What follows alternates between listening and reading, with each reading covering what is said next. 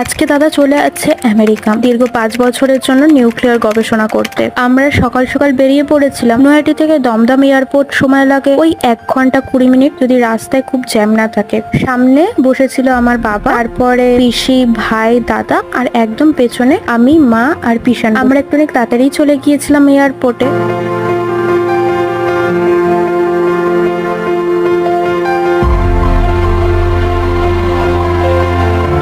আজকের এই একটা দিনেই কিন্তু দাদা আমেরিকা চলে যাচ্ছে না, সময় লেগেছে 365 দিন। হ্যাঁ, 3-6-5-3 মেন্টালি প্রিপেয়ার হতে, প্রত্যেকটা দিন অক্লান্ত পরিশ্রম আর সাথে ধৈর্য। প্রত্যেকটা দিনই শুনেছি পিসির মুখ থেকে যে দাদা এটা করছে, দাদা ওটা করছে। আর তাই পরিশেষে একটাই কথা বলবো, দাদাকে শুভকামনা জানাও, আরো উৎসাহ যোগাও যাতে সে তার কাজে অনেক সাফল্য অর্জন করতে পারে আর আমেরিকার মাটিতে ভারতবর্ষের নাম আর তার পরিবারের নামটা উজ্জ্বল করে আসতে পারে।